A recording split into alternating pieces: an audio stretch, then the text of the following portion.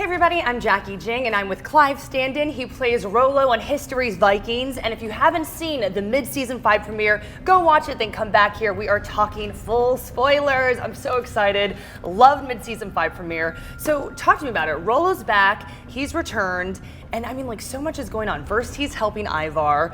It seems like he's betraying Lagaertha and Bjorn, but then he's like begging them to go back with him. I was like, what is going on in his head? Like, what does he want?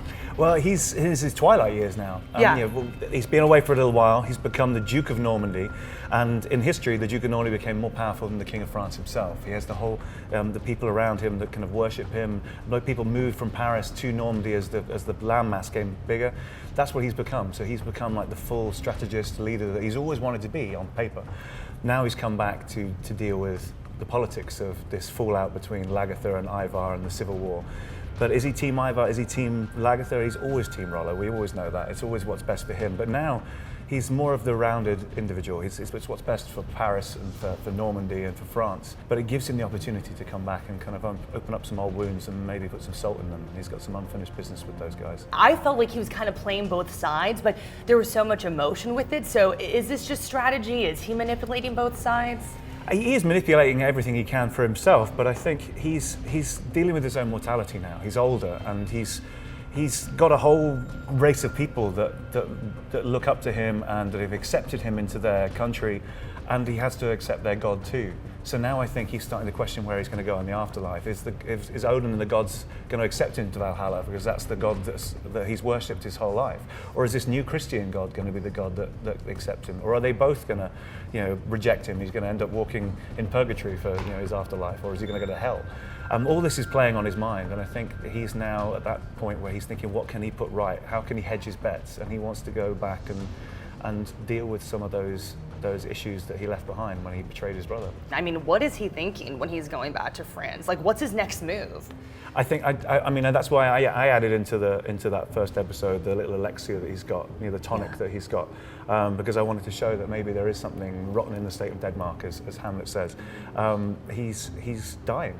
And I think he's now, he's on that last ledge of putting it right, putting right what once went wrong. He's lost everything he was, his identity, and now seemingly he's got everything on the surface. But I don't think he really truly loves Gisela. I think Lagaertha is the flame, the candle he holds out, and she doesn't want him. So it's not all great in Rollo's world. It never really has been. You were talking about death, so I'm going to kind of switch gears here. Yeah. Fan question: if you could kill any of Ragnar's sons, who would you kill? Oh.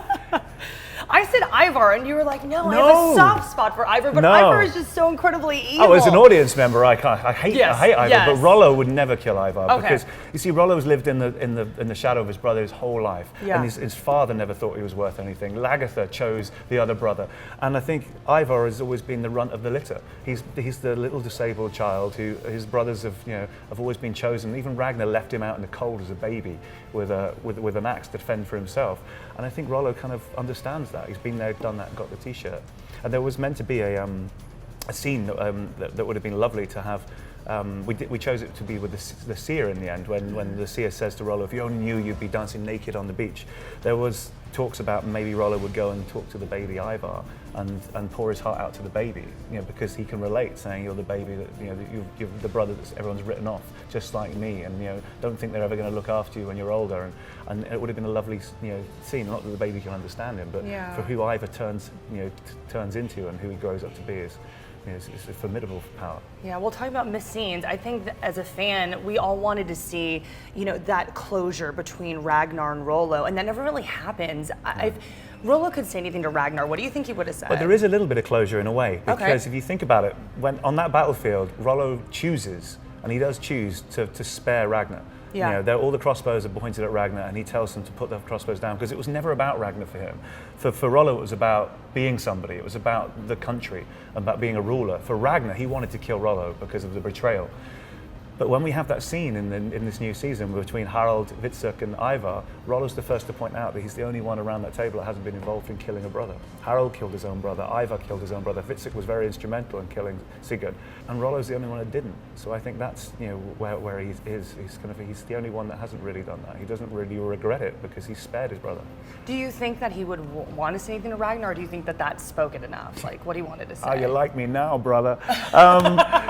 No, I think that's what I think this is why he's coming back. I mean, if Ragnar was there, I'm sure it would be, and we'd love to see that scene. It would have been a very fiery exchange between the two of them. And maybe when you're in your old twilight years, maybe you do let bygones be bygones, and you can actually sit down and talk about it.